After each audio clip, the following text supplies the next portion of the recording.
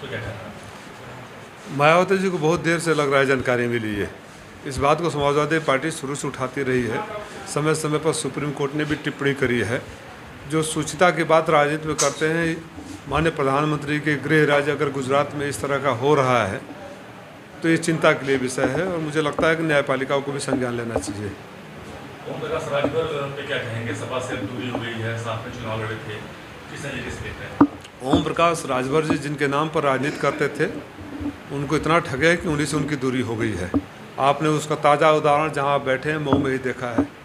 और मऊ में मैं फिर पूछना चाहता हूं, जब मऊ में आप ही के जिसकी राजनीति करते हैं, राजभर के बच्चे अपराधियों के चुंगल में विदेश में कोरोना काल में फंसे थे, तो आप मंत्री होते हुए आपने क्यों कहा कि राजीव राय से संपर्क करो? जब यहाँ बच्चे अनाथ हो गए, बड़ा गांव में 7-7 बच्चे अनाथ हो गए राजभरों के, आपने दरवाजे पर झांकने नहीं गए। कोपागंज में 4 बच्चे डूब के मर गए, वहाँ पूछने नहीं गए। चुनाव में अपने परिवार के लोगों को सत्ता दिलाने के लिए अगर आप लगातार करते रहेंगे तो उसमें राजीव राय को जवाब नहीं देना है। मऊ के राजभर भाइयों ने दिखा दिया है कि उनको अब किसी ठगभर की जरूरत नहीं है। सपा से गठबंधन हुआ तो अच्छे थे ओम प्रकाश राजभर, और भाजपा से करीबी हो गई तो बुरे हो गए, क्या वजह है? भारतीय जनता पार्टी के लोगों ने बोला है क्या कि बहुत करीबी हो गए हो?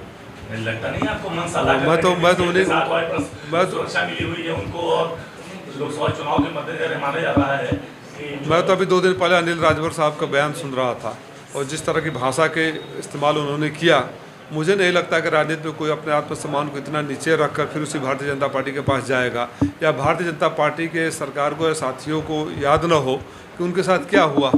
तो जिसको ये कालिदास जी हैं, कालिदास जी जिस पेड़ पर बैठते हैं उसको काटना, टाली को करना शुरू करते थे, लेकिन वो पेड़ के काटने के बाद वाले तक कालिदास नहीं बन पाएंगे, वहीं इनका अंत हो जाएगा। हेट स्पीच के मामले में अब्बास अंसारी के ऊपर भी मुकदमा दर्ज हुआ और आजम खान भी दोषी करार दिए गए हैं। किस रूप में? कानून तो सबके बराबर में एक ही हो, गोली मारो वालों को क्यों मंत्री बना दिया?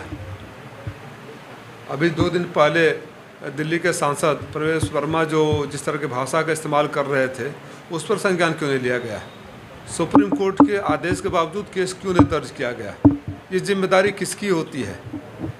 तो जो सरकार संविधान का सम्मान न करती हो, न्यायपालिका का सम्मान नहीं करती हो, सूचिता का सम्मान नहीं करती हो, राजनीतिक संस्कार का सम्मान नहीं करती हो, भारत के संविधान की मूल भावना का तिरस्कार करती हो, वो सरकार से क्या अपेक्षा है? रामपुर में उपचुनाव की स्थिति बन गई, किस रूप में देख रहे हैं?